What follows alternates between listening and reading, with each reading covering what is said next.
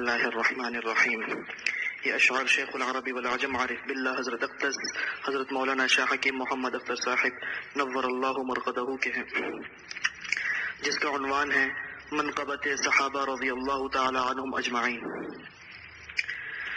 سیادیدہ میں پوشیدہ جمال حق کتابانی، صحابہ کے دلوں کو جس نے بخشا نور یزدانی. سیادیدہ میں پوشیدہ جمال حق کتابانی، صحابہ کے دلوں کو جس نے بخشا نور یزدانی.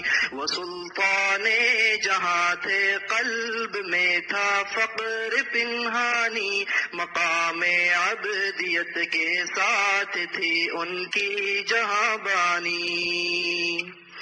خدا دیدہ نظر کو چون کے دیکھا تھا صحابہ نے، خدا دیدہ نظر کو چون کے دیکھا تھا صحابہ نے.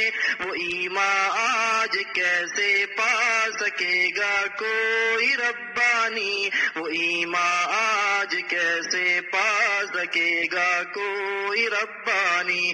تجلی گاہ جو جاتی اسی روح منور سے، تجلی گاہ جو جاتی اسی روح منور سے. ہر ایک مومن کو ہوتی تھی عطا معراج روحانی، ہر ایک مومن کو ہوتی تھی عطا معراج روحانی. مبارک ان کی آنکھوں کو کہ جن آنکھوں نے دیکھے تھے، مبارک ان کی آنکھوں کو کہ جن آنکھوں نے دیکھے تھے. نبی کے چہرے انور پہ جلوہ ہے ربانی، نبی کے چہرے انور پہ جلوہ ہے ربانی. جنہوں نے مال زل بھی آبرو بھی جان بھی دے دی، جنہوں نے مال زل بھی آبرو بھی جان بھی دے دی. کوئی جانے گا کیا ان کا مقام کیف احسانی، کوئی جانے گا کیا ان کا مقام کیف احسانی.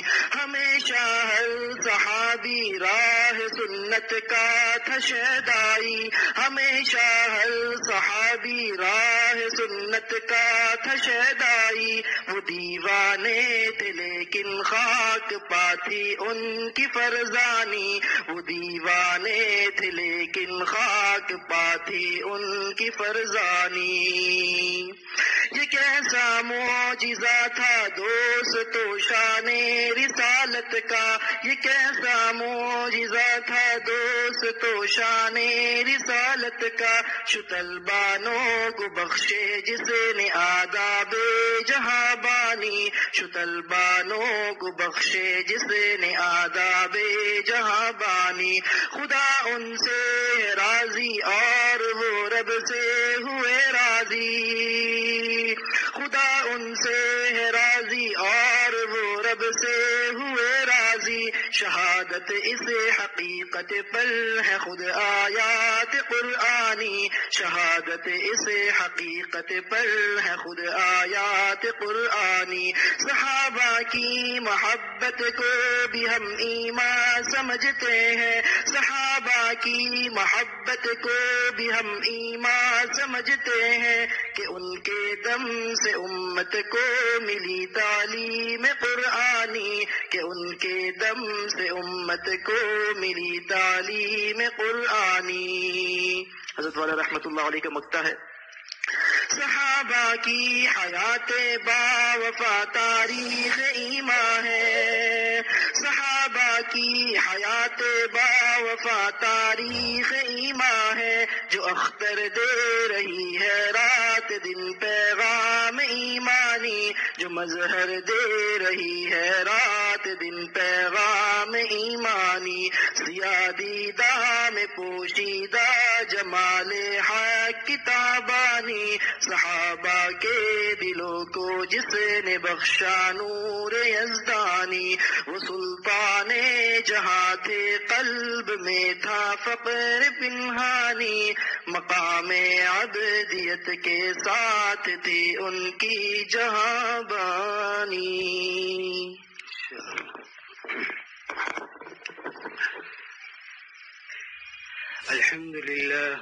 الحمد لله وكفى وسلام على عباده الذين اصطفى، أما بعد فأعوذ بالله من الشيطان الرجيم، بسم الله الرحمن الرحيم.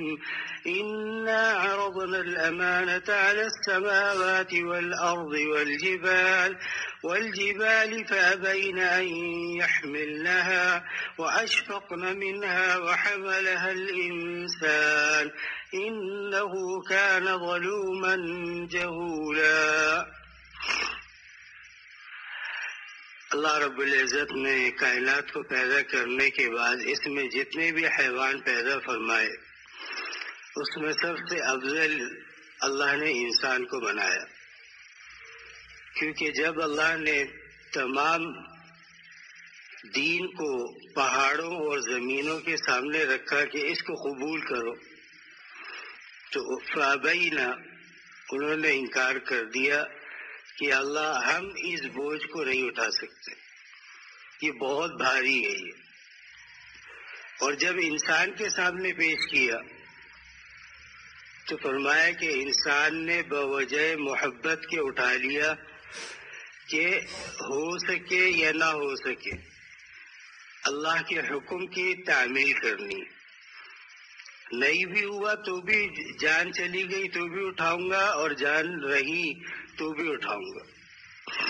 تو اللہ نے یہ دین کی امانت اللہ نے انبیاء علیہ السلام کے حوالے کر دی، اور انبیاء نے جو دعوت دی اس دعوت کے ذریعے جو لوگ دین کی طرف آئے وہ دعوت یہی تھی کہ جس کو اٹھانے سے زمین اور آسمان نے انکار کر دیا تھا. لیکن حضرت انسان نے اللہ کی محبت کی وجہ سے اس کو قبول کیا کہ اللہ اگر آپ ہمیں جو بھی دیں گے ہم اس کو قبول کرنے کے لیے تیار ہیں. آدم علیہ السلام میں جو اللہ نے اپنی محبت رکھی تھی، جب محبت سامنے آ جاتی ہے نا تو پھر انسان کچھ نہیں سوچتا. جیسے کہتے ہیں کہ فرہاد جو عاشق تھا اس نے پہاڑوں سے پتھروں سے اس نے پانی نکالا. جب عشق حالانکہ اس کا عشق دنیاوی تھا تو پھر انسان یہ سوچے کہ جن کو اللہ نے اپنا عشق عطا فرمایا ہے ان کا حال کیا ہوگا. ہمارے بیشتر اکابرین جو اس دنیا میں گزرے زمانہ جوانی کے اندر بھی ان کی عبادات ایسی تھی اور بڑھاپے میں اس سے زیادہ بڑھ کر انہوں نے عبادت کی، کیونکہ جب جانے کا وقت آتا ہے تو اللہ تعالیٰ ان کے دل میں بٹھا دیتے کہ تمہیں اب اس دنیا سے جانا ہے. تو بوڑھے جو جوان جو عبادت نہیں کر سکتا وہ بوڑھا کر رہا ہے، کس لیے؟ اس کو معلوم ہو گیا کہ اب میرا ٹرانسفر اوپر کی طرف ہو رہا ہے، تو جہاں جا رہا ہوں وہاں کی تیاری کر لوں. اس لیے جتنے بھی ہمارے قابل گزرے بڑھاپے کے اندر انہوں نے زیادہ محنت کی، کیونکہ جب منزل سامنے ہو اور انعام سامنے ہو تو انسان آخری حد تک محنت کرتا ہے کہ جتنے زیادہ سے زیادہ انعام مجھے مل جائے وہ بھی میرے لیے کمتر ہے. تو انہوں نے جب محنت کی، انبیاء علیہ السلام، پہلی محنت انبیاء علیہ السلام کی ہے، دوسری محنت جو ان انبیاء کے اصحاب تھے ان کی محنت تھی، اور تیسری رسول اللہ صلی اللہ علیہ وسلم کی امت کی محنت کہ دین کے ہر شعبے کو خواہ کچھ بھی ہو گیا خون دے کر بھی زندہ رکھا اس کو۔ اگر صحابہ خون نہ دیتے تو دین ہم تک نہیں پہنچتا۔ صحابہ نے اپنا خون دیا، اپنی عزت، اپنی آبرو، اپنا گھر، اپنا در سب کچھ چھوڑ دی، صرف اس لیے کہ بعد میں آنے والے جو ہیں وہ کہیں ایسا نہ ہو اس راستے سے ہٹ جائے، اور اللہ تعالیٰ قیامت کے دن ہم سے سوال کرے کہ تمہیں ہم نے نبی کی صحبت دی تھی، تم نے اس کا حق کیا ادا کیا؟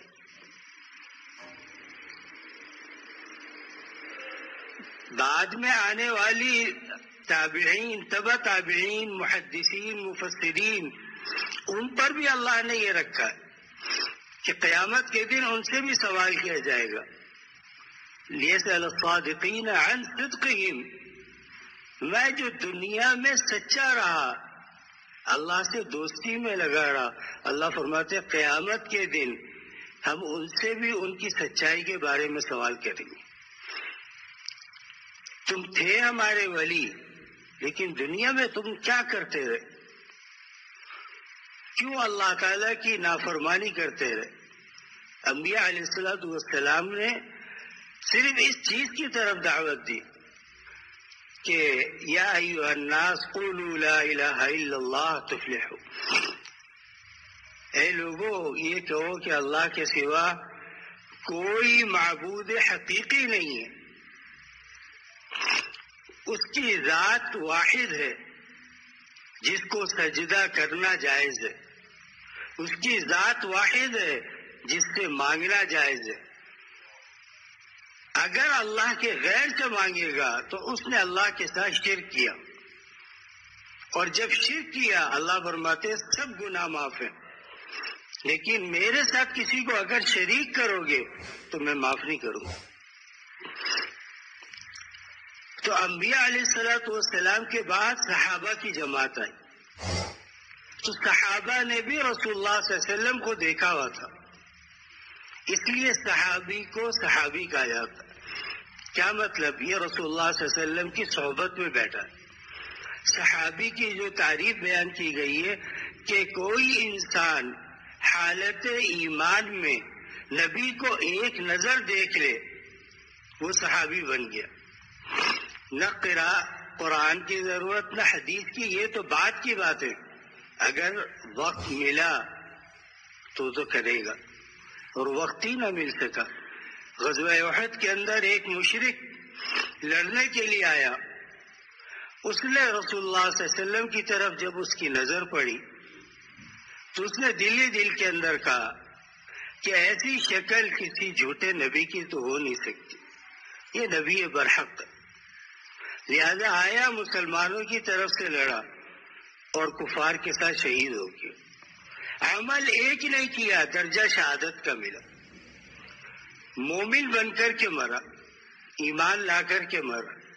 ہمیں تو اللہ تعالیٰ نے زندگی دی ہے،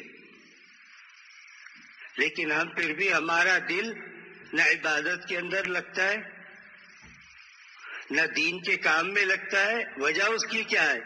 دل کے اندر دنیا بھری ہوئی ہے، اللہ کی نافرمانی بھری ہوئی ہے، اللہ تعالیٰ کو راضی کرنے کی کوشش ہی نہیں کرتے۔ کہا دین کیا ہے، بس جتنا ہے اتنا ہمارے لیے کافی ہے۔ تو پھر کھانے کے وقت اتنا کیوں نہیں کہتے کہ بھائی اب کیا کرے، کھانے کے لیے اگر آدھی روٹی ہے تو یہ بھی کافی ہے۔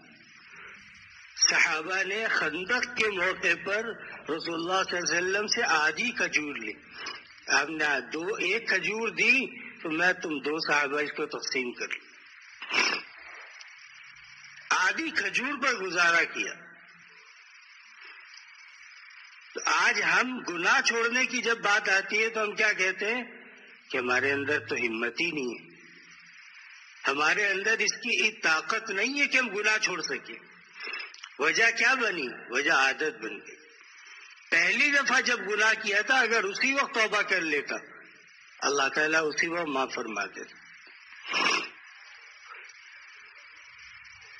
کیوں؟ گناہ سے فرمایا کہ تمہارے قلب پر ایک سیاہ دھبا لگتا ہے، اگر تم توبہ کر لو وہ صاف ہو جائے گا، اور اگر توبہ نہ کی تو فرمایا پھر پورا دل سیاہ ہو جاتا، اور جب پورا دل سیاہ ہو جائے انہی کے بارے میں فرمایا ختم اللہ علی قلوبہم وعلی سمعہم وعلی ابصارہم غشاوہ ولہم عذاب عظیم. اللہ نے ان کے دلوں پر مہر لگا دی کہ نہ آنکھ سے دیکھ سکتے ہیں نہ کان سے سن سکتے ہیں. رسول اللہ صلی اللہ علیہ وسلم کا کلام سنتے تھے تو کیا کہتے تھے؟ یہ تو ساحر کا کلام ہے. نہیں پہچانے. انہوں نے کس چیز کی طرف کہا کہ جیسے ہم ہیں ویسے اللہ کے نبی بھی ہیں، تو ہم میں اور نبی میں کیا فرق ہوتا ہے؟ ہر چیز کے دو معنی ہوتا ہے، ایک ظاہری اور ایک باطنی. وہ ظاہر کو دیکھتے رہے، اور جن صحابہ کو اللہ نے توفیق دی ایمان لانے کی، صحابہ نے نبی کا ظاہر نہیں دیکھا، نبی کے باطن کو دیکھا کہ اللہ کے نبی علیہ الصلوۃ والسلام جس چیز کی دعوت دے رہے ہیں اس چیز میں ہماری فلاح ہے، اسی میں ہماری بہبودی ہے، اسی میں ہم کامیاب ہوں گے. تو انسان کا ظاہر بعض دفعہ زیادہ فرماتے تھے رحمت اللہ علیہ کہ بعض اللہ والے ایسے ہیں کہ اگر مچھر بھی کاٹ لینا تو آہ کرتے ہیں، لیکن فرمایا کہ ان کی روحانی قوت اتنی ہوتی ہے کہ اگر سارا جہاں مل کر کے بھی ان کو گناہ کی طرف بلائے تو فرمایا گناہ کی طرف نہیں جائیں گے. فرمایا جس کے دل کے اندر اللہ کا عشق ہو اور اس کو معلوم ہو جائے کہ بھئی ہمارے علاقے میں دنیا کی حسین ترین عورت لائی جا رہی ہے، فرمایا وہ ایمان والا ہوگا تو وہ چپ چاپ اپنے کمرے میں بیٹھا رہے گا.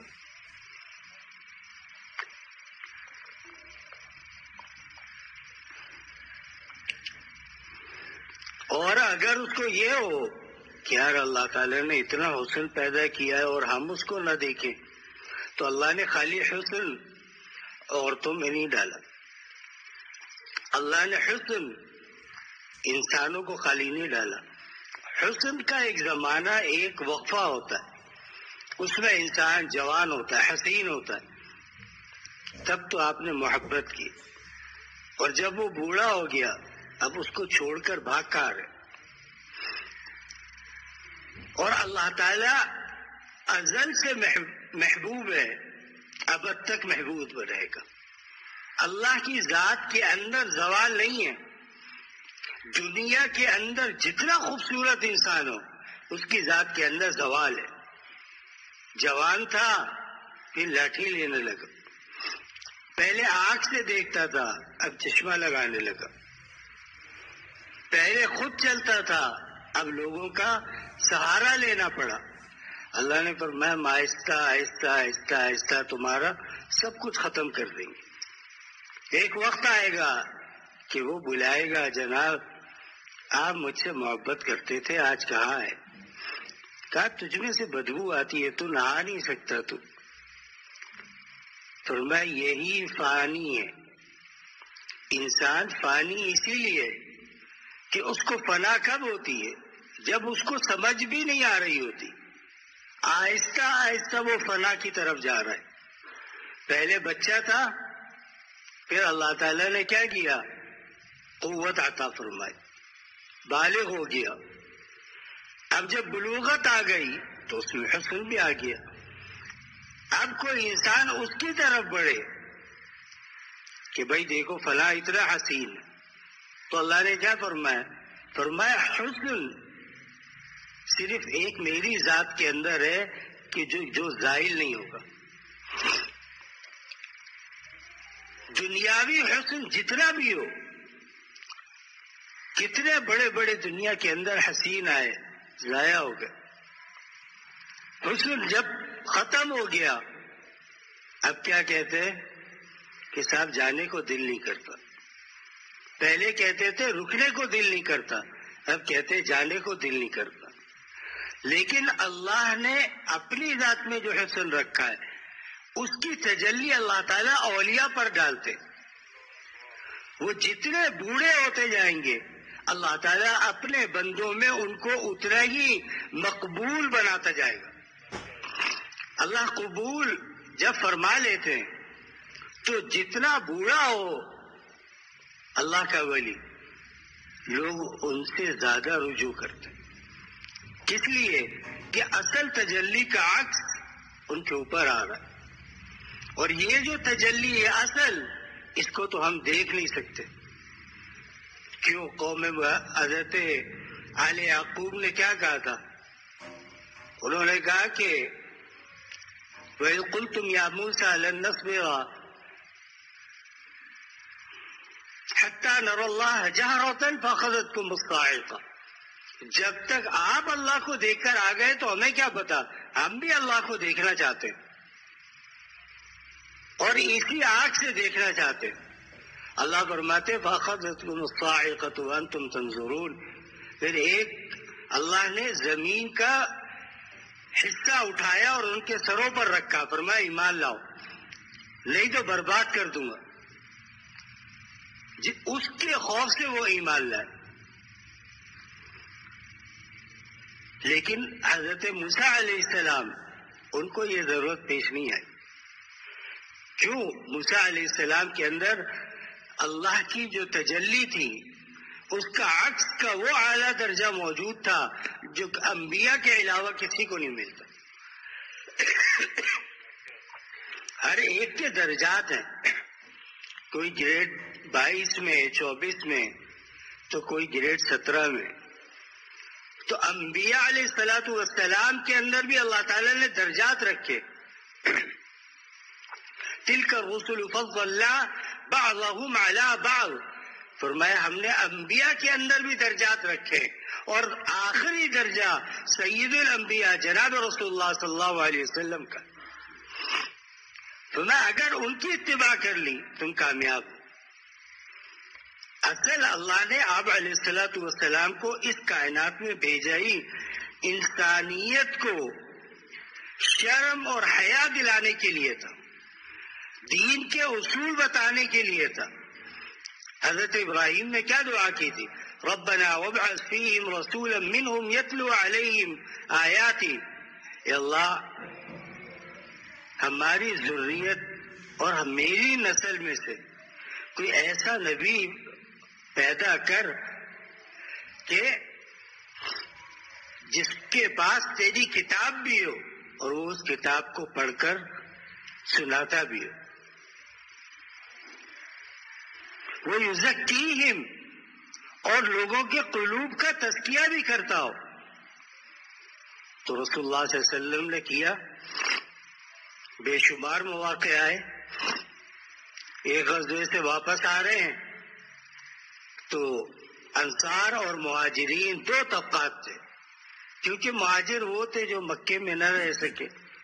مشرکین نے اتنا تنگ کیا اور مشرکین کیا سمجھ رہے تھے کہ فاتح تو ہم نے بھی ان کو بھگا دیا.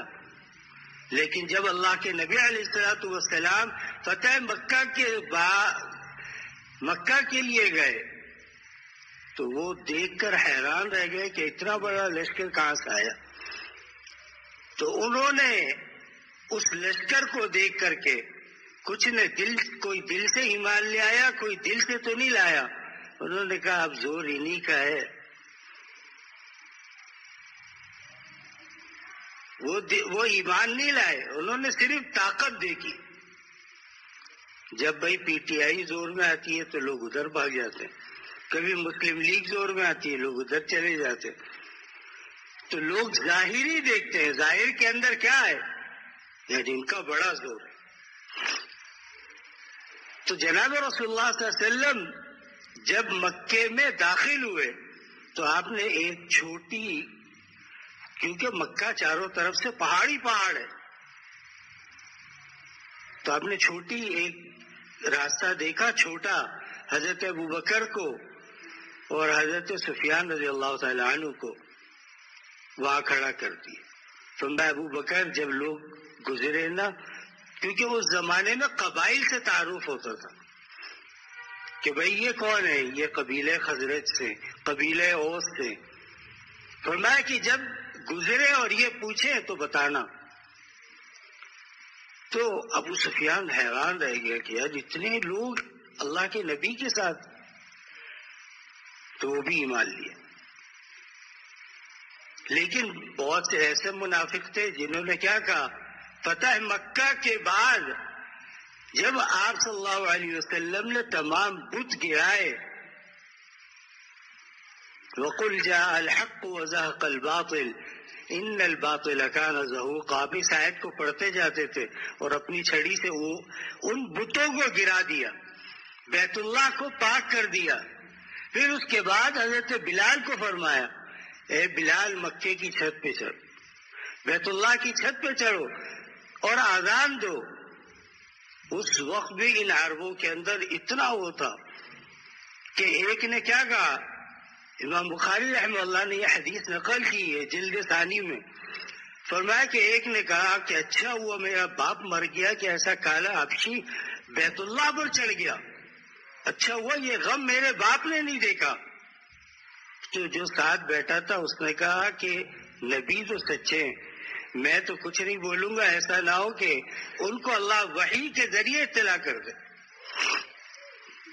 اللہ نے وحی کے ذریعے اطلاع کیا، رسول اللہ صلی اللہ علیہ وسلم آ گئے. تو انہوں نے حضرت بلال کو کم سمجھا تھا. آپ نے فرمایا تم کیا کہہ رہے تھے؟ کیا رسول اللہ میں نے یہ کہہ رہا تھا کہ اگر میرا باپ زندہ مر گیا، اچھا ہوا کہ مر گیا، ایک کالے کو دیکھ رہا ہے وہ بیت اللہ پہ چڑھا ہوا ہے، بیت اللہ پر تو ہمارا حق ہے. آپ نے فرمایا تمہارا حق کہاں سے؟ جو مومن جو مسلمان ہوگا، کالا ہوگا گورا ہوگا، اگر اللہ سے قریب ہے تو وہ چڑھے گا. اذان دی حضرت بلال نے. تو مسلمانوں کو وہ قبلہ واپس مل گیا جس سے نکالے گئے تھے، لیکن وہاں واپس آنے کی اجازت نہیں دی. صحابہ بات سمجھ رہے تھے اہل مدینہ انصار کہ رسول اللہ صلی اللہ علیہ وسلم اب یہاں سے کہاں جائیں گے، تو اپنا گھر مل گیا. جب آپ کو اطلاع ملی آپ نے فرمایا کہ اے انصار تم کیا سمجھ رہے ہو کہ میں یہاں رک جاؤں گا؟ نہیں، میرا مرنا جینا تمہارے ساتھ ہے.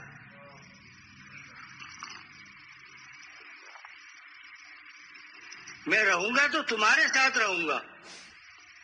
جب میں ایک دفعہ ہجرت کر چکا اب اس کے بعد ہجرت نہیں. تو آپ علیہ الصلوۃ والسلام نے پھر بھی 1,00,000 رکعت کا ثواب کی طلب نہیں کی. آپ کو معلوم تھا کہ اللہ تعالیٰ اس چیز پر راضی ہے کہ رسول اللہ صلی اللہ علیہ وسلم انصار کے اندر رہے. اور دادا نے ایک نقطہ اس کا عجیب بیان فرمایا دیکھو اگر بیت اللہ بھی یہاں ہوتا اور آپ علیہ الصلوۃ والسلام کی قبر بھی یہاں ہوتی، یعنی مکے میں ہی، تو انسان مذبذب رہتا. کبھی کہتا بیت اللہ جاؤں، پھر کہتا یار رسول اللہ صلی اللہ علیہ وسلم کے پاس چلتا ہوں. تو اللہ نے نبی کو وہاں سے ہجرت کروائی اور مدینے بھیج دیا. اور مومنوں کو کیا حکم دیا؟ جب مکے آؤ میری عبادت کرو، اور جب مدینے جاؤ تو میرے محبوب کی وہاں پر صلاۃ السلام پڑھو. خواجہ صاحب نے کیا فرمایا تھا؟ تیرے محبوب کی عرب شباہت لے کر کے آیا ہوں، حقیقت اس کو تو کر دے، میں صورت لے کر کے آیا. ظاہر بنا لینا اولیاء اللہ جیسا، علماء جیسا. آئی لوگ ظاہر بنانے کے نہیں بناتے، اس کے بعد بھی کیا کہتے ہیں ہم تو مسلمان تو ہیں. شرابی کیا کہہ رہا ہے؟ شراب پی رہا ہوں تو میں کسی اور کے پیسے سے پی رہا ہوں، اپنے ہی پیسے سے تو پی رہا ہوں. یہاں سے دونوں کے اندر دونوں کے راستے مختلف ہو گئے. شریعت کہتی ہے اگر شراب پی ہے لگاؤ اس کو، اور جمہوریت کیا کہتی ہے کہ ہندو جو اسمبلی کے اندر ہے جن کے نام پر شراب آتی ہے، اس نے کہا ہمیں شراب کی ضرورت نہیں ہے، کیونکہ دنیا میں 3 کام ایسے ہیں جو آسمانی مذہب یا دنیاوی کوئی بھی مذہب ہو اس کے اندر وہ کرنے کی اجازت نہیں ہے۔ نمبر 1 شراب پینا، نمبر 2 زنا کرنا، نمبر 3 قتل ناحق کرنا۔ کسی کو بلا وجہ کوئی بھی دین ہو اس کے اندر اجازت نہیں ہے۔ تو مسلمان کھڑے ہو گئے اسمبلی کے اندر، انہوں نے کہا شراب پر کیسے پابندی لگ سکتی ہے؟ آخری تمہارے نام پر ہے، پیتے تو ہم ہیں۔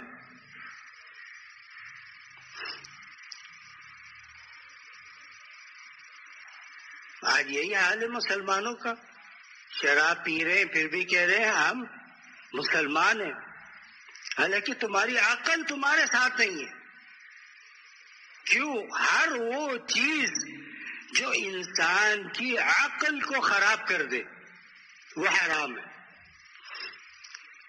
فقہاء نے یہ ایک وہ مسئلہ بنا دیا کہ دیکھو اس کے اوپر خالی شراب حرام نہیں ہے، اسی طرح ہیروئن ہے، اسی طرح چرس ہے، اسی طرح وہ آج کے نیا جو نشہ نکلا آئس وہ ہے، جو انسان کی عقل کو برباد کر رہا ہے وہ حرام ہے۔ وہ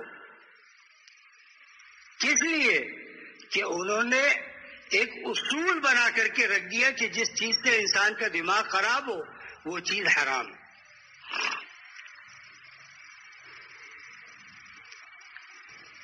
اور اللہ تعالیٰ نے حلال اور پاکیزہ چیزوں کو سامنے فرمایا حلال سے محبت کرو، حلال جتنا چاہو استعمال کرو، لیکن اس کی بھی حد ہے۔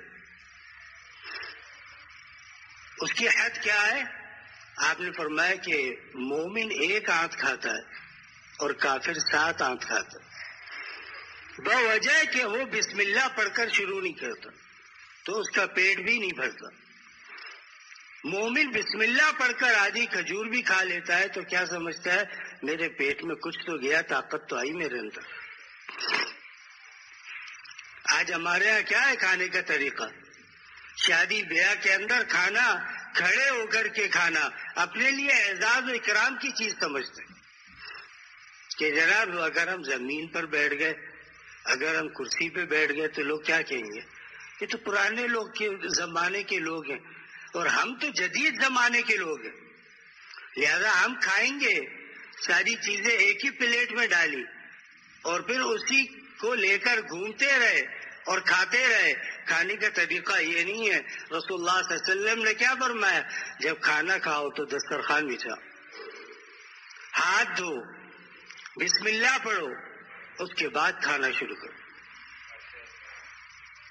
کسی کے سامنے سے کھینچ کر بوٹی اپنی طرف نہ کرو۔ وہ 3 جعلی مولوی جو تھے نا، وہ ایک دعوت میں پہنچ گیا تو وہاں کھچڑی بنائی اس نے بیچارے نے، جس نے دعوت کی تھی اس کی شاید حیثیت اتنی تھی، تو بیچ میں اس نے گھی رکھ دیا۔ تو اس نے کہا کہ جس کو ضرورت ہوگی وہ لے لے گا۔ ایک اس میں ہوشیار تھا، وہ اس نے کہا اللہ نے جنت کے اندر دودھ کی نہریں ہوں گی، وہ ایسے کھینچا سارا گھی اس کی طرف آ گیا۔ اب دوسرے نے کہا یار یہ تو سارا گھی تو یہ لے گیا، تو میں کیا کروں؟ اس نے کہا نہیں ایسا تھوڑی ہے، شہد کی نہر بھی ہے، جیسا کہ آدھا اس کی طرف چلا گیا۔ یہ قصہ ہے، ایک مذاق ہے، یہ حقیقت نہیں ہے۔ تو تیسرے نے کیا سوچا؟ اس نے کہا یہ 2 تو سب لے گئے، میں کیا کروں؟ اس نے کہا نہیں بھائی، جنت اور جنت کے اندر دودھ اور شہد یہ بات کی بات ہے، اس سے پہلے تو قیامت آئے گی۔ اس نے برتن اٹھایا کہ اذا زلزلت الارض زلزالها، جب زمین کو ہلایا جائے گا سب کچھ مکس ہو جائے گا۔ تو اس نے کہا اب کہو شاباش، تمہاری دودھ کی نہریں بھی دور ہیں، شہد کی نہریں دور ہیں، تم ابھی یہ کھاؤ۔ تو اللہ رب العزت نے کیا فرمایا؟ دنیا میں تمہیں جتنی بھی نعمتیں دی ہیں زائل ہونے والی ہیں۔ تمہیں مال دیا، ایک وقت تک استعمال کرو گے، فائدہ اٹھاؤ گے، پھر کیا ہے؟ ختم ہو جائے گا۔ کپڑے دیے. ایک وقت تک کوئی کپڑا ایسا نہیں بنتا کہ جناب آپ بچپن سے بچے کو پہنا دیں اور مرتے وقت اس کو اتار دیں. یہ پوری لائف ہے, پوری لائف کی گارنٹی ہے. یہ کا کپڑا پرانا ہو جائے گا, پھر کیا کرو گے؟ اتار دو گے. لیکن جنتیوں کو جو لباس ملے گا, اہل جنت لباس بار بار نہیں بدلیں گے. اسی لیے آپ علیہ السلام نے کیا فرمایا؟ بار بار شیشے کے سامنے جا کر کھڑے مت ہو. کیوں؟ پھر انسان اپنی نظر میں جب خوبصورت بن جاتا ہے نا, وہ کہتا ہے یار میں کتنا خوبصورت ہوں, دیکھو واہ. وہ اپنے آپ کے اندر اپنی خوبصورتی کو منوا رہا ہے. آپ نے فرمایا اس دنیا کے اندر تم اپنی خوبصورتی منوانے نہیں آئے, تم اس دنیا کے اندر کس لیے آئے ہو؟ کہ اللہ اور اس کے نبی کی اطاعت کرو گے. آج لوگ اللہ اور نبی کا دل دکھاتے, لیکن ان چیزوں سے باز نہیں آتے. کو گناہ چھوڑ دو, ہمارے اندر ہمت کا ہے, ہم کہاں سے گناہ چھوڑیں گے؟ ہمارے اندر اس کی ہمت تو ہے نہیں. لہذا گناہ کر رہے ہیں, اللہ تعالیٰ معاف فرما دے گا, اللہ معاف فرمائے گا اور بے شک فرمائے گا. لیکن اگر مرنے سے پہلے اللہ نے دل پر مہر لگا دی, اب کچھ نہیں ہو سکتا.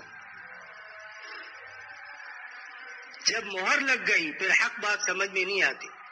وَإِذَا قِيلَ لَهُمْ لَا تُفْسِدُوا فِي الْأَرْضِ, قرآن کیا کہتا ہے؟ کہتے ہیں جب جو زمین میں فساد مچا رہے, جب ان سے کہا جاتا ہے فساد مت مچاؤ, وہ کیا کہتے ہیں؟ قَالُوا إِنَّمَا نَحْنُ مُصْلِحُونَ, کہ ہم تو زمین کے اندر اصلاح کرنے کے لیے آئے.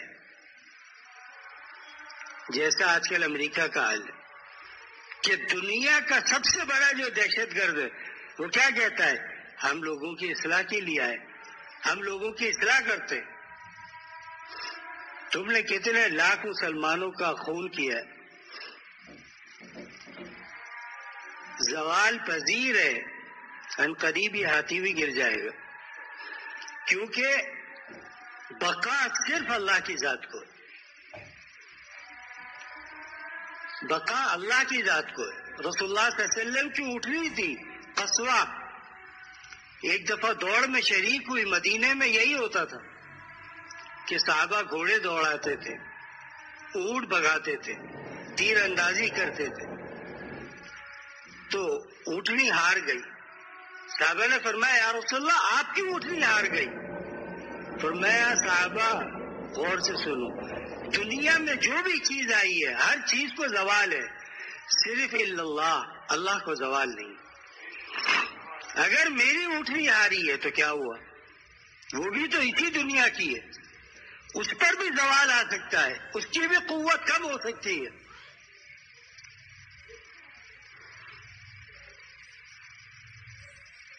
جب قوت کم ہو جاتی ہے, فرمایا جوانی میں عبادت کرو, بڑھاپے میں کوشش کرو گے نہیں ہوگی. جوانی میں کیا ہے؟ انسان میں قوت ہے, طاقت ہے, 2 رکعت کی جگہ 10 رکعت بھی پڑھ سکتا ہے.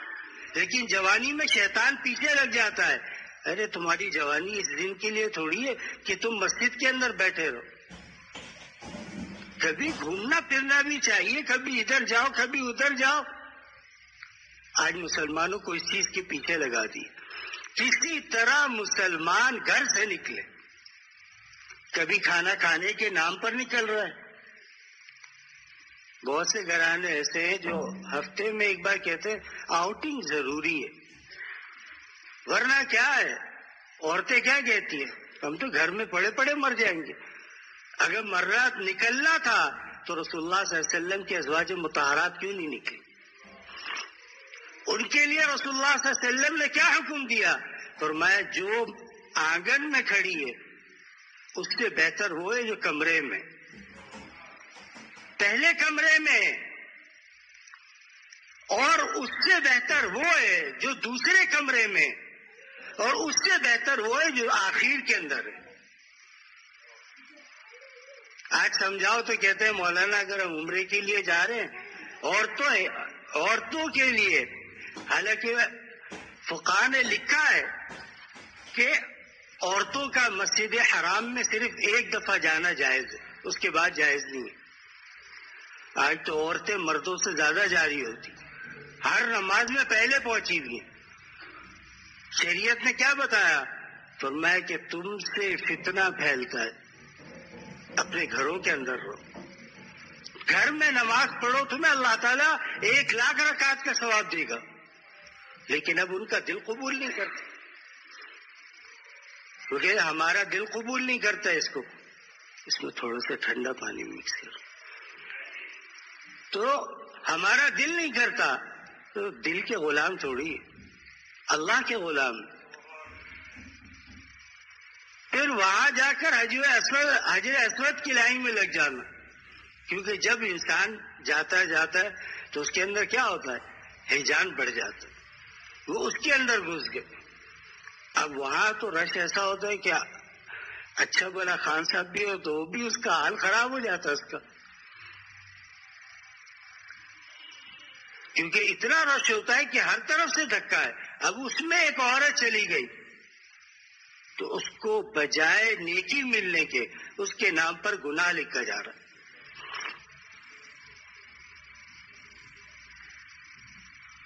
اللہ نے کیا فرمایا ہے؟ شریعت کو عقل سے نہ سمجھو، شریعت کو وحی کے ذریعے سمجھو۔ کہ وحی میں کیا ہے؟ وحی کے اندر اگر یہ چیز موجود ہے، صحابہ نے ایک بار دیا،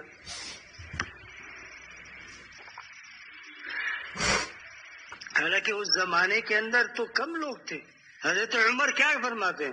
فرماتے ہیں حجر اسود میں تجھے کبھی بوسا نہ کرتا اگر میرے نبی نے نہ کیا ہوتا، تو کیا میرے گناہ بخشوائے گا؟ میں تجھے کبھی چومتا نہیں، لیکن میرے نبی نے چوما اس لیے میں تجھے چوم رہا ہوں۔ ایمان یہ تھا۔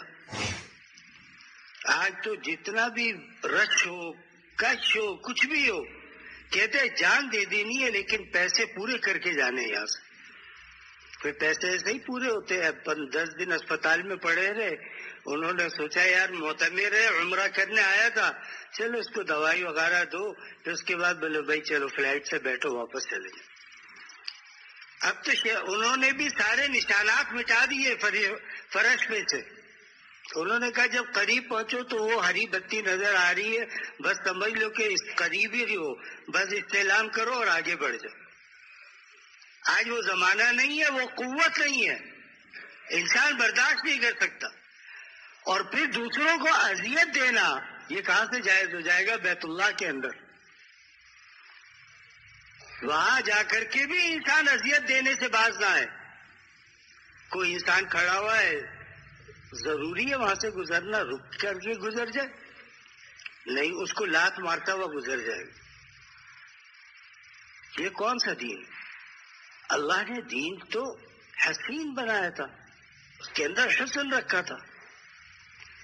اب صرف کیا ہے کہ دنیا کی جو پہلے لیبل لگتے تھے کہ بھائی لوگ یورپ جا رہے ہیں، جو لوگ کہتے تھے خدا کے بندے جاؤ حج کر لو، پہلے لوگ فرانس جاتے تھے، لوگ کیا کہتے تھے؟ جاؤ یار حج کو عمرہ کر لو، ثواب مل جائے گا۔ اب وہاں پر حال یہ کہ لوگ جاتے، عمرہ کیا، 2 رکعت پڑھی، ہوٹل کے اندر آ کے لیٹ گئے۔ اب ہوٹلوں کے اندر ہی جائے مسجد بنی ہوئی ہے، وہاں امام حرم کی آواز آتی ہے، اس کے مطابق وہیں سے نماز پڑھا، وہیں سے کمرے میں، حرم کے اندر داخل نہیں ہوتے۔ حالانکہ کیا ہے حکم؟ کیا ہے؟ فرمایا کہ زیادہ عمرے کرنا یہ ثواب کی چیز نہیں ہے، جتنے زیادہ طواف کر سکو یہ تمہارے لیے اچھا ہے۔ اور کچھ نہیں کر سکتے تو دادا فرماتے تھے ایسی جگہ بیٹھ جاؤ جہاں سے کسی انسان پر نظر نہ پڑے، بیت اللہ کو دیکھتے رہو، اس پر بھی اجر ملے گا۔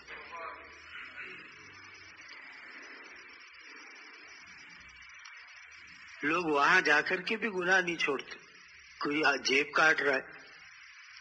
ایک صاحب نے دادا سے فرمایا حضرت یہ جو انڈونیشیا کی عورتیں ہیں حسین، انہوں نے سفید لباس پہنا ہوا ہے، ان کے چہرے پر کتنا نور ہے۔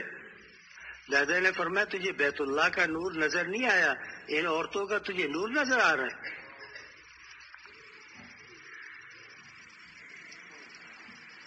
یہ گناہ وہ ہے جو کسی کے ہاتھ میں ہاتھ دے کر کے انسان سیکھتا ہے۔ کتابوں سے سمجھ میں نہیں آتے کہ میں گناہ کر رہا ہوں، وہ سمجھتا ہے میں تو اللہ کی مخلوق کی تعریف کر رہا ہوں۔ تو یہ تعریف سے اللہ نے منع فرمایا، جب دیکھنے سے منع فرمایا ہے تو اس کے بارے میں فرمایا کلام کرنے سے بھی تجھے منع۔ تجھے کیا ضرورت ہے کہ تو دیکھ، اپنے آپ کو دیکھ کہ تو کیا تھا۔ اس لیے رسول اللہ صلی اللہ علیہ وسلم نے اپنے زمانے میں فرمایا اللہم انی ارید العمرۃ فیسرہ لی وتقبل منی، اللہم انی ارید الحجۃ فیسرہ لی وتقبل منی، اللہ میں حج کا یا عمرے کا ارادہ کرتا ہوں، اس کو میرے لیے آسان فرما۔ دادا نے فرمایا کہ ہم آج پڑھتے ہیں، وہ رسول اللہ کا زمانہ تھا،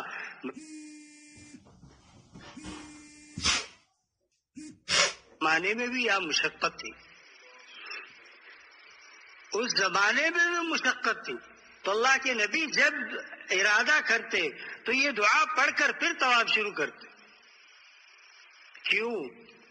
وہاں پر غیر محرم عورتیں بھی ہیں، پھر وہاں پر تیز نہ چلے، اللہ کا گھر ہے۔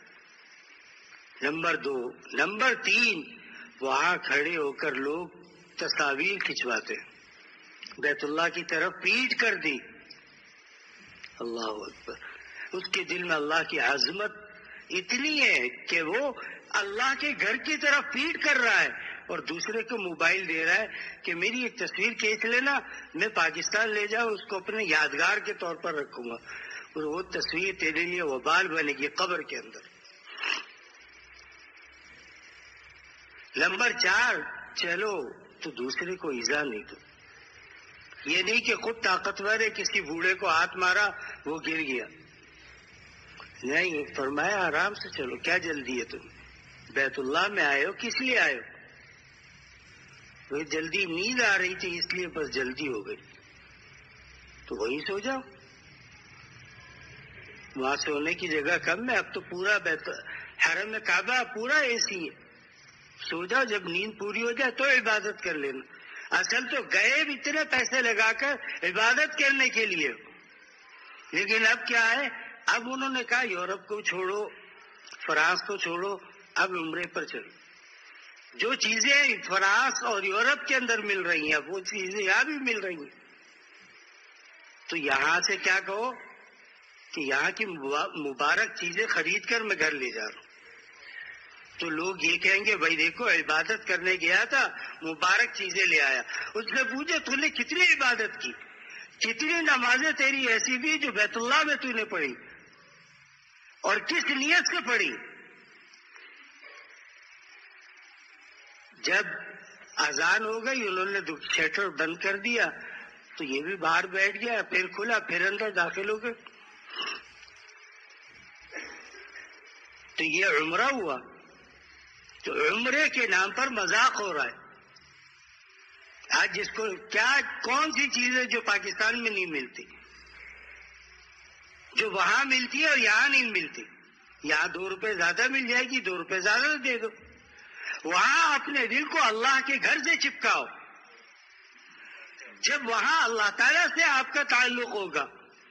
اگر ہمت نہیں ہے تو پہلی منزل پہ چلے جاؤ، ایک کونے میں بیٹھ کر اللہ کے گھر کو دیکھتے رہو، اس پر بھی اجر ہے کہ اللہ کے گھر کو دیکھ رہے۔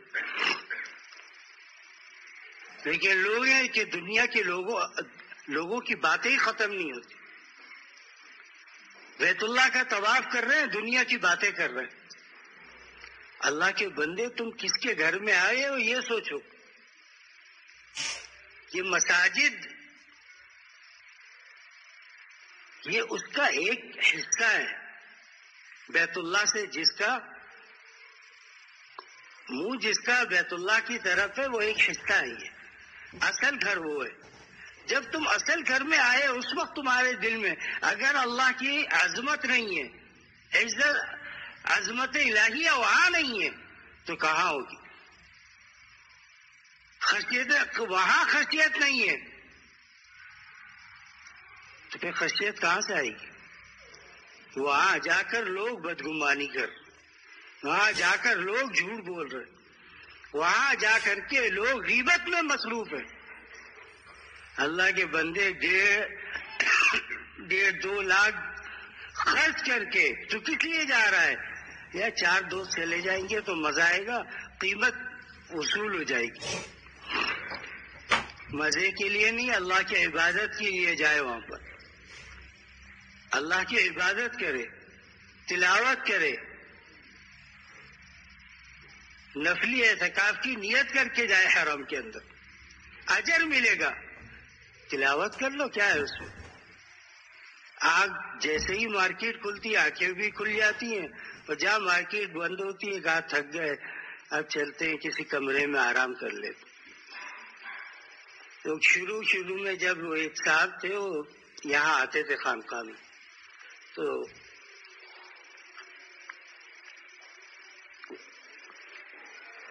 انہوں نے کہا کہ مجھے دادا جان رحمت اللہ علیہ جا رہے تھے عمرے پہ، تو انہوں نے کہا حضرت جا رہے ہیں تو میں بھی چلا جاتا ہوں، تو جیسے اللہ والے عمرہ کرتے ہیں میں بھی عمرہ کر لوں گا۔ کہنے لگے میں چلا گیا حضرت کے ساتھ، اب میں نے دیکھا کہ حضرت نے عمرہ کیا، عمرہ کرنے کے بعد جب واپس آئے نہایا، کپڑے تبدیل کر لیے تو مجلس شروع ہو گئی، بیان شروع ہو گیا۔ میں نے کہا کہ میں نے برداشت کیا، وہ باہر رہتے کہ تو میں نے برداشت کیا، پھر دیکھا تو کھانا لگ گیا، میں نے کھانے میں شریک ہوا کہ اب مولوی کہیں گے سو جاؤ، تو دادا نے پھر بلا لیا آ جاؤ بھائی کوئی دین کی بات ہو جائے۔ کہا صبح سے شام میں میرا یہ حال ہو گیا کہ میں کپڑے بھی چھوڑ دیے وہیں پر، ایک ہوٹل گیا، اس کو کہا مجھے چابی دے، یہ پیسے پکڑ، جب تک میں نہ نکلوں مجھے یہاں سے نکالنا نہیں۔ کہا میں 2 دن پڑا سوتا رہا کہ مجھے تھکن اتنی ہو گئی۔ میں نے کہا تو جو بوڑھے تھے، آپ تو جوان تھے، آپ تھک گئے، ان بوڑھوں میں کہاں سے ہمت آئی؟ جو بوڑھے تھے ان میں ہمت کہاں سے آئی؟ گھر سے مثنوی دادا نے رمضان المبارک کے اندر لکھوائی، زیادہ باہر کے مہمان تھے، لیکن ظہر کے بعد بھی، عصر کے بعد بھی، عشاء کے بعد بھی، 10 بجے کے بعد بھی پوری درس مثنوی لکھوا دی پوری۔ یہ حال ہوتا تھا کہ ہم اس وقت پڑھتے تھے کہ ہماری آنکھیں بند ہوتی تھی، لیکن دادا کی آنکھوں سے آنسو جاری ہوتے۔ یہ حالت، اور یہ حالت کب ہوتی ہے؟ جب اللہ تعالیٰ کی محبت و معرفت آ جائے۔ جب محبت مل جاتی ہے نا پھر انسان کہاں فانی محبت کے اندر انسان کتنے چکر کاٹتا ہے بسوں کے اندر، فلاں جگہ محبوب کا گھر ہے وہاں جا کر بیٹھا ہوا ہے، اب اس سے کوئی پوچھے تجھے دھوپ کیوں نہیں لگ رہی؟ کہا یا میرا محبوب ہے، تو نے فانی کو محبوب بنایا، اللہ نے تجھے ہمت دی۔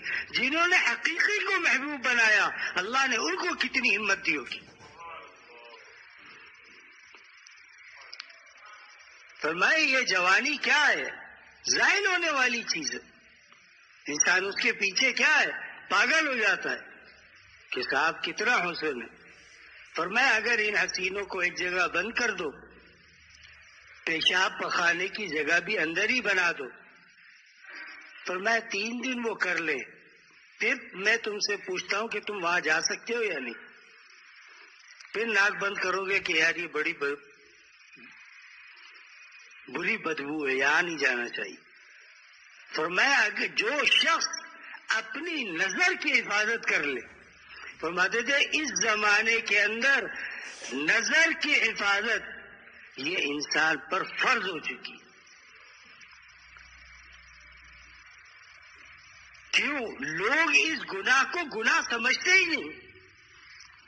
فرماتے تھے عمرہ کرنے جا رہے ہیں تو اس کو کیا کہتے تھے؟ باجی پانی کا ایک گلاس لا دو۔ فرمایا تم اگر پانی نہ پیتے مر جاتے، مت مانگو اس سے. کیا ہوگا؟ جہاز میں ہلاک ہو جاؤ گے. اگر مقصد یاد ہو کہ میں وہاں اتروں گا جب جدہ میں، تو اللہ کا گھر اور قریب ہوگا. پھر انسان کو پیاس لگے گی. فرماتے تھے آج اس گناہ کو گناہ سمجھنے والے ہیں ہی نہیں. کہتے ہیں دیا نہ لیا خالی دیکھا ہی تو ہے. پہلے چہرے پر نظر پڑتی ہے، پھر خیالات گھومتے گھومتے گھومتے گھومتے ان گندی نالیوں کی طرف جاتے ہیں جہاں جانا حرام. آج لوگ عورتیں یہ پوچھتی ہیں مولانا دلیل اس بات کی کیا ہے کہ عورت کا چہرہ ڈھکنا، اس کی دلیل کیا ہے؟ وَقُلْ لِلْمُؤْمِنَاتِ يَغْضُضْنَ مِنْ أَبْصَارِهِنَّ وَيَحْفَظْنَ فُرُوجَهُنَّ. قرآن کا اسلوب بتا رہا ہے کہ اے مومن عورتوں اپنی نظر کی حفاظت کرو. وَيَحْفَظْنَ فُرُوجَهُنَّ، اگر نظر کی حفاظت کر لی اللہ تعالیٰ تمہاری شرمگاہ کی بھی حفاظت کرے گا. لیکن آج اس چیز کو اتنا معمولی کر دیا گیا، اتنا کوئی ایک چڈی بھی بیچنی ہو نا اس کے لیے بھی ایک عورت کی تصویر چاہیے ہوتی کہ ذرا آپ کر دیں، ہم آپ کو لاکھوں میں پیمنٹ کر دیں گے. آپ ذرا اس چڈی کے بارے میں بتائیں کتنی مضبوط ہے کتنی مضبوط نہیں ہے. تو چڈی پہن کے کوئی کشتی لڑنے جا رہا ہے کہ اس کو وہ بتانا ہے. ایک صابن 10 روپے کا دے، اس پر بھی عورت کی تصویر ہوگی، مرد کی نہیں ہوگی. کہا دادا فرماتے تھے رحمت اللہ علیہ، فرماتے تھے اللہ نے تمہیں پاکیزہ عورت دی ہے گھر میں اگر شادی شدہ ہو. فرمایا کہ اگر تمہیں اچھی نہ لگے تو بھی یہ سوچ کر زندگی گزار لو کہ سفر میں ہو. جنت کے اندر اللہ تعالیٰ اسی کو حسین کریں گے جو عورتوں سے جو انسان کو حوریں ملیں گی اس سے 70 گنا زیادہ حسن ان میں ہوگا. کیونکہ انہوں نے کیا کیا، زندگی کے اندر کتنی تکلیفیں اٹھائی، اولاد بچے جننا، شوہر کی خدمت کرنا، شوہر کے لیے اس کے کپڑے استری کرنا، اس کے کپڑے دھونا. انہوں نے یہ مشقتیں اٹھائی. اللہ تعالیٰ حوروں سے 70 گنا زیادہ اللہ تعالیٰ ان کو خوبصورت کرے گا. آج وہی ہے کہ بس جو زمانہ جس طرح چل رہا ہے، کہتے ہیں نا بکری کو ریوڑ اگر چرانا ہے نا تو پہلی بکری کا کان پکڑ لو، جدھر وہ جائے گی ساری ادھر آئیں گی. آج ہماری قوم کا حال بھی یہی ہے، جہاں جو پہلے جا رہا ہے لوگ اس کے پیچھے پیچھے جا رہے ہیں. ایک صاحب نے کہا کہ آپ کبھی شارع فیصل پر جائے نا مولانا تو بس گاڑی روک کر کے نا آپ اترے اور ایک جگہ کو غور سے دیکھیں اور پھر گاڑی میں بیٹھ جائے. دیکھے ہر آدمی آ کر کے دیکھ رہا ہوگا یہاں کچھ ہے ضرور. کوئی ایک تو اترا ہے. جب ہم ایسی بیوقوف قوم بن جائے تو پھر ہمارا کیا حال ہوگا. ہمیں دین کی سمجھ نہیں آتی، دنیا کی سب سمجھ میں آتی ہے کہ نہیں سمجھ لوں گا اس کو، کوئی ضرورت میں مجھے سمجھ ہے اتنی تو ہے، تو پھر دین کی سمجھ بھی تو اتنی رکھو. یہ وہ دین ہے جو اللہ نے زمین اور آسمان کے سامنے رکھا، پہاڑوں کے سامنے رکھا. انہوں نے کہا ہم نہیں اٹھا سکتے، لیکن اللہ نے آدم علیہ السلام کو اللہ نے پیدا فرما کر شریعت عطا کی تو آدم علیہ السلام کے دل میں محبت تھی. آدم علیہ السلام نے کہا اللہ اٹھے یا نہ اٹھے مر جاؤں میں، لیکن میں اس کو اپنے سر پر رکھتا. تو ہم بنی آدم ہیں، آدم کے بیٹے ہیں، تو ہمارا بھی کیا حوصلہ ہونا چاہیے. یا اللہ اگر گناہ چھوڑنے میں موت آتی ہے تو میں اس موت کو اپنے لیے خوش نصیبی کا ذریعہ سمجھتا ہوں، ورنہ کیا ہے. فرمایا موت نہیں آئے گی. حضرت جلال الدین رومی کیا فرماتے نیم جان بستانت وہ سب جاد ہے. فرمایا اللہ کے راستے میں آدھی جان دو، اللہ سینکڑوں جانے عطا فرمائے گا. آج رحمت نہ آئے در ذہن، فرمایا وہ اللہ مزہ دے گا جو تم نے کبھی خواب و خیال میں بھی نہیں سوچا ہوگا. لیکن آج ہمارا حال ہے یہی ہے کہ بس لڑکی ہے، اگر ہم یہ سب نہیں کریں گے تو کون کرے گا؟ اللہ نے تمہیں مسلمان بنایا، اسلام مسلمانوں کے گھر میں تمہیں پیدا کیا. اصل موروثی مثال جو انسان ہوتا ہے نا کہ باپ دادا پردادا، اس سے پیچھے پیچھے سب مسلمان بنے آ رہے ہیں، اس کا بھی نام مسلمانوں والا رکھ دیا. وہ کیا سمجھتا ہے کہ یار ساری پابندیاں کفار کے لیے جب وہ ایمان لائے، ہمارے لیے کوئی پابندی نہیں ہے. میں عبداللہ بن ابی کا واقعہ سنا رہا تھا، بس بات ختم کرتا ہوں. تو وہاں انصار بھی موجود، انصاری صحابی، مہاجر صحابی پہلے پہنچ گئے، انصاری بھی آ گئے. اس نے کہا میں پہلے لوں گا، اس نے کہا میں پہلے لوں گا. اب آواز تکرار شروع ہو گئی. تو انصاری نے کہا کہ یا معاشر الانصار تعالوا، اے انصار ادھر آؤ. تو مہاجر نے بھی کہا کہ اے مہاجروں ادھر آؤ. یہ آج والے مہاجر نہیں، اس زمانے کے مہاجر وہ تھے. کہا ادھر آ جاؤ. آ گئے آمنے سامنے. رسول اللہ صلی اللہ علیہ وسلم نے جب آواز سنی آپ باہر نکلے. ہم نے فرمایا بات کیا ہے؟ ان کے دل میں رسول اللہ صلی اللہ علیہ وسلم کی عظمت موجود تھی. انہوں نے فرمایا یا رسول اللہ دو کے اندر جھگڑا ہوا، پانی میں پہلے لوں گا یا یہ پہلے لے گا؟ آپ نے فرمایا تمہارے اندر سے جہالت نہیں نکلی ابھی تک، کس چیز کے اوپر لڑ رہے ہو تم؟ تو عبداللہ ابن ابی نے کیا کہا؟ اس نے کہا اچھا مدینے جا کر کے ہم صحابہ ان کو بتائیں گے مہاجرین کو. اس کی مثال تو نعوذ باللہ، اس نے جو مثال دی، اس نے کہا اس کی مثال تو وہ ہے کہ کتے کو کھلاؤ اور جب وہ موٹا ہو جائے تو ہم پر ہی بھونکنے لگے. تو اللہ رب العزت نے آیت نازل فرمائی، وَلِلَّهِ الْعِزَّةُ وَلِرَسُولِهِ وَلِلْمُؤْمِنِينَ وَلَكِنَّ الْمُنَافِقِينَ لَا يَعْلَمُونَ. عزت اللہ کے لیے، مسلمانوں کے لیے، منافقین کے لیے کوئی عزت نہیں ہے. اور اس وقت ایمان کی حالت یہ تھی کہ عبداللہ ابن ابی نے جب دیکھا کہ اس جملے سے رسول اللہ صلی اللہ علیہ وسلم کو تکلیف پہنچی ہے، فرمایا یا رسول اللہ آپ حکم دے میں اپنے باپ کی گردن لاتا ہوں. آپ نے فرمایا نہیں، اگر میں گردن کٹواؤں گا لوگ کیا کہیں گے؟ ایک ایسا نبی ہے کہ جو اس کے آس پاس رہتے ہیں ان کی گردنیں کٹواتا. تکلیف تو برداشت کر لی لیکن گردن نہیں کٹوائی. اس نے کتنی تکلیفیں دی. آپ علیہ السلام پھر بھی جنازے کے لیے جا رہے. حضرت عمر نے فرمایا یا رسول اللہ منافق ہے، آپ کیوں جا رہے ہیں جنازے میں؟ فرمایا کہ میرا چچا حضرت حمزہ کا جب شہادت ہوئی تو ہمارے پاس کپڑا نہیں تھا کفن دینے کے لیے، تو اس نے اپنی چادر دے دی تھی. میں چاہتا ہوں اس کا دنیائی میں صلہ، دنیا کا صلہ دنیا میں دے دوں. تو کہا کہ یا رسول اللہ میرا دل نہیں مان رہا.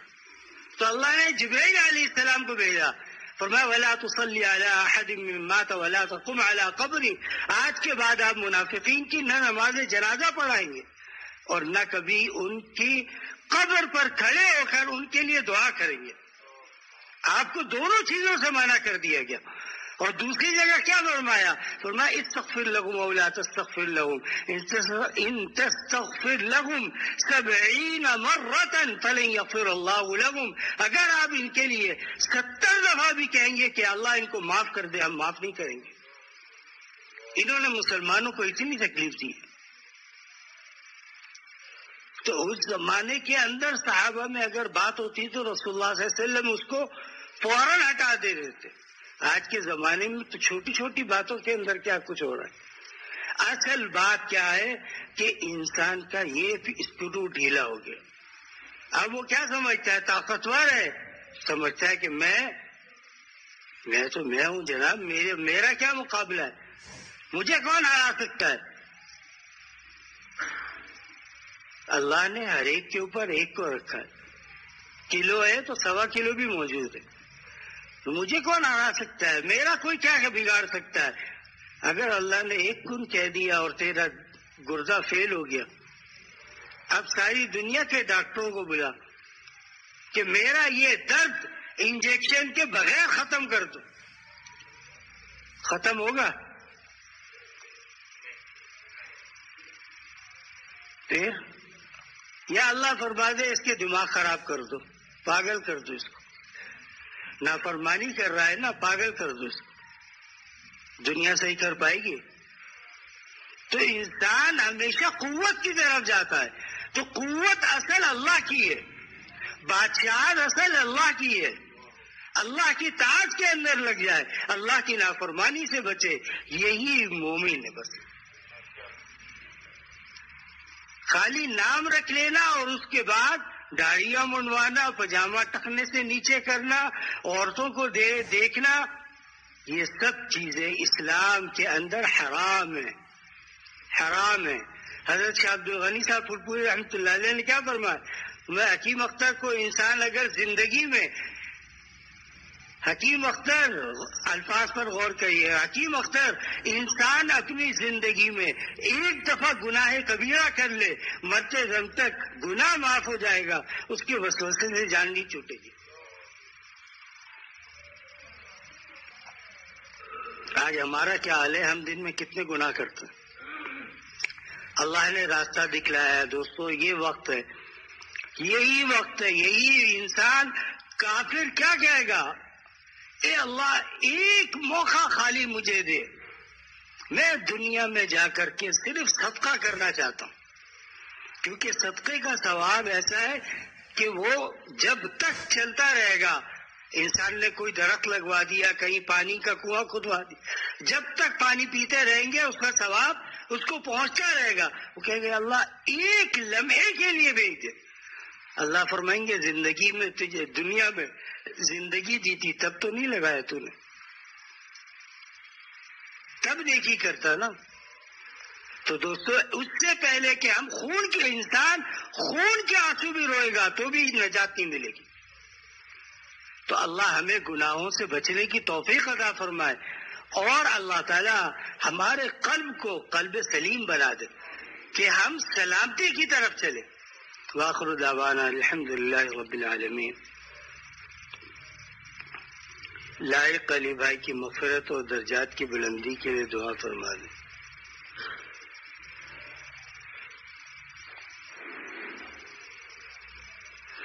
جیسے ہم نے لکھا ہے سارے انسان 100% اللہ والے بن جائیں، صحت جسمانی اور روحانی اللہ تعالیٰ عطا فرما دے۔ الحمدللہ رب العالمین والعاقبۃ للمتقین والصلاة والسلام على سید الانبیاء والمرسلین نبینا محمد وعلى آلہ وصحبہ اجمعین۔ اے اللہ ہمارے گناہوں کو معاف فرما، اے اللہ رحم و کرم کا معاملہ فرما، اے اللہ فضل و کرم رحم، اے اللہ ہر گناہ سے بچنے کی توفیق عطا فرما، اے اللہ ہمیں دین کو عقل سے سمجھنے کی نہیں وحی کے ذریعے سمجھنے کی توفیق عطا فرما۔ اے اللہ وحی رسول اللہ صلی اللہ علیہ وسلم پر نازل ہوئی، رسول اللہ صلی اللہ علیہ وسلم نے جن امور سے منع فرمایا آپ نے منع فرمایا، اللہ ان امور کو چھوڑنے کی توفیق عطا فرما دے، اور جس کام کو اللہ اور اس کے نبی نے، یا اللہ آپ نے اور آپ کے نبی نے اگر کرنے کا حکم دیا، اللہ ہمیں جان توڑ کر کے اپنی جان اگر جاتی بھی ہے یا اللہ جان دے کر کے بھی اس کام کو کرنے کی توفیق عطا فرما۔ مسلمانوں کے درمیان محبت قائم فرما، اے اللہ ہمارے مال میں، ہمارے دین میں، یا اللہ ہمارے زمین کے اوپر جو فصلیں ہیں اللہ ان تمام چیزوں کے اندر برکت عطا فرما، رحم و کرم اور فضل و عنایت و عافیت کا معاملہ فرما، اے اللہ دونوں جہان کے بھلائیاں عطا فرما۔ اللہم انا نسألک العفو والعافیہ ودوام العافیہ وشکر العافیہ فی الدنیا والآخرہ۔ اے اللہ ہمارے مال میں بھی برکت عطا فرما، تجارت میں برکت عطا فرما، اے اللہ جو مسلمان اے اللہ مقروض ہیں ان کے قرضوں کی ادائیگی کے لیے غیب سے انتظام فرما۔ وصلی اللہ تعالی على خير خلقه محمد وعلى آله وصحبه أجمعين برحمتك يا أرحم الراحمين۔